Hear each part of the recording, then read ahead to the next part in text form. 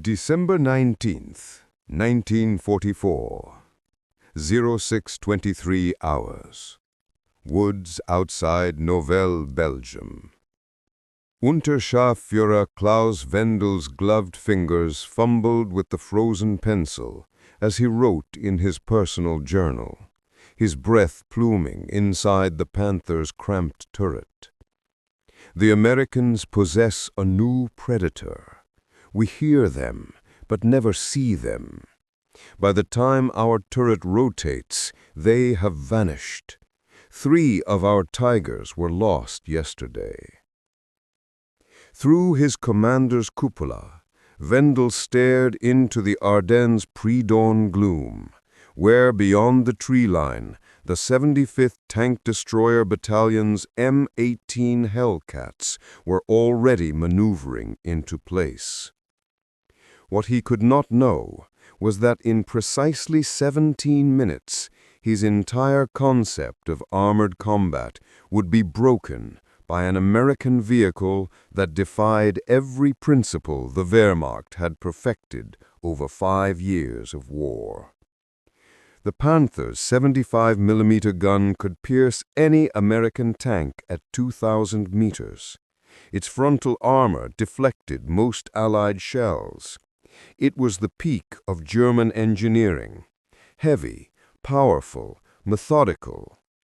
Yet within 3 minutes of initial contact, Wendel would see multiple German tanks destroyed by vehicles moving at speeds German armor could not match on paved roads. The Battle of the Bulge was in its 4th day, and across the frozen forests of Belgium and Luxembourg, German tank crews were learning a frightening truth. The Americans had created something that hunted unlike any armored vehicle in history. Not stronger, not heavier, just faster than anything they could picture surviving on a battlefield. The M18 Hellcat's origin started in December 1941 as America entered the war.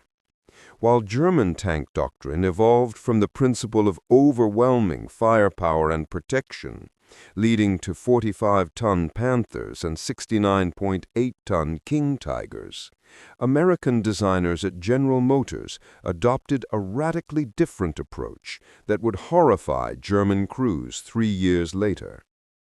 The tank destroyer force created under General Leslie McNair's order on November 21, 1941, operated on a simple principle recorded in Field Manual FM 18-5.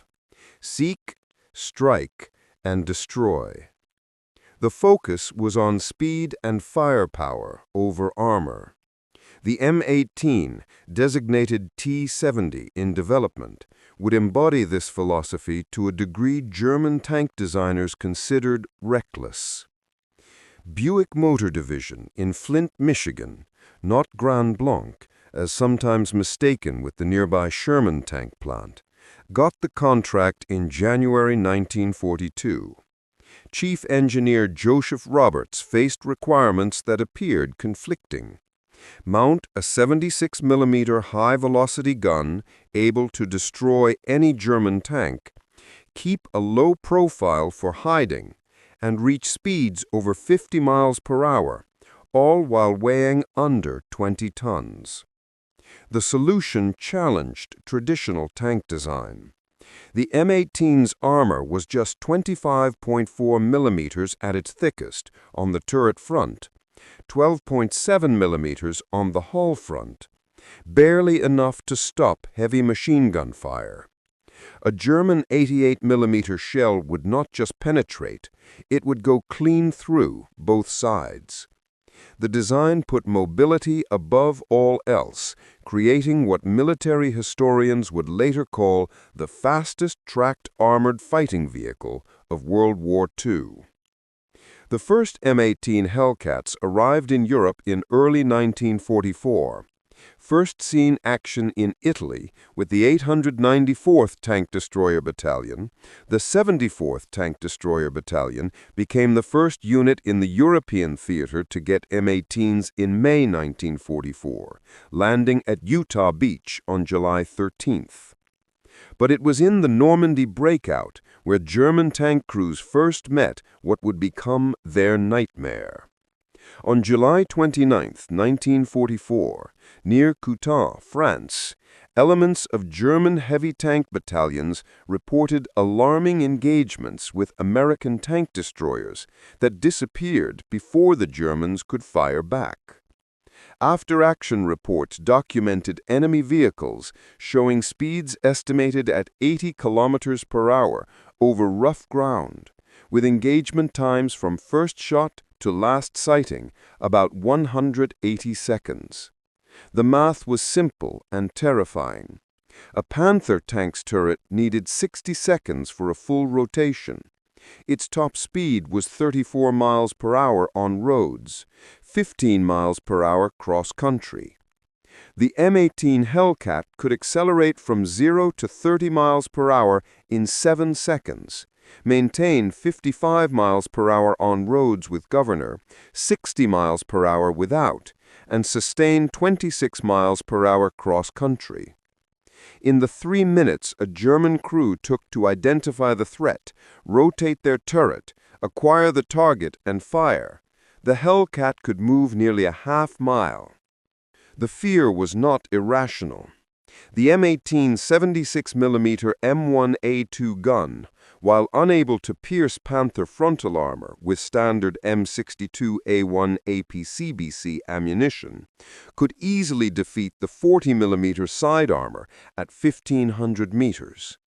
With M93 HAVP tungsten core rounds, though severely limited in supply, with crews getting only 1 to 2 rounds monthly, penetration reached 157 millimeters at 500 yards. The gun's muzzle velocity of 2,600 feet per second meant the shell arrived before the sound of the shot. German doctrine stressed methodical engagement, careful target acquisition, deliberate aiming, ammunition conservation. Crews drilled extensively on fighting from static positions, using terrain for hull-down placement. The Panther and Tiger were designed for this doctrine. Heavily armored, powerful guns, slow but steady advance. The Hellcat shattered every part of this training. M18 crews were taught at Camp Hood, Texas. Established specifically as the Tank Destroyer Tactical and Firing Center on 158,706 acres, to never stay still for more than 30 seconds after firing. The motto, "Speed is life," became standard doctrine. Where German doctrine emphasized the decisive shot, American tank destroyer doctrine preached shoot and scoot. Between July 1943 and October 1944, Buick's Flint, Michigan plant produced exactly 2,507 M18 Hellcats, far fewer than the originally planned 8,986 vehicles. The production included 6 pilot models, an initial contract for 1,000 vehicles, and a final order of 1,507 units. Peak monthly production hit 267 units in November 1943. This production rate, while modest compared to Sherman tank output, still exceeded German Panther production. While Germany struggled to produce 90 Panthers monthly by late 1944, American factories had already finished the entire Hellcat production run. The disparity meant that while German crews knew each lost Panther or Tiger was essentially irreplaceable, American forces could quickly replace any losses. The M18 featured a Wright R975 radial engine, originally designed for aircraft. Early production vehicles, serial numbers 1 to 1350, used the naturally aspirated R975C1, producing 350 horsepower, while later models, serial 1351 to 2507, received the supercharged R975C4, producing 400 horsepower, starting in March 1944. This power, combined with the vehicle's 17.7 to 20-ton weight, sources vary based on configuration, created an exceptional power-to-weight ratio of 20 to 22.5 horsepower per ton compared to the Panther's 15 horsepower per ton. The Hellcat's hydraulic automatic transmission with torque converter let drivers maintain top speed while maneuvering, a key advantage over German tanks needing manual shifting and clutch operation. The ground pressure of just 10.5 psi, less than many wheeled vehicles, meant Hellcats could traverse mud and snow that immobilized 57-ton Tigers, 15.2 psi ground pressure,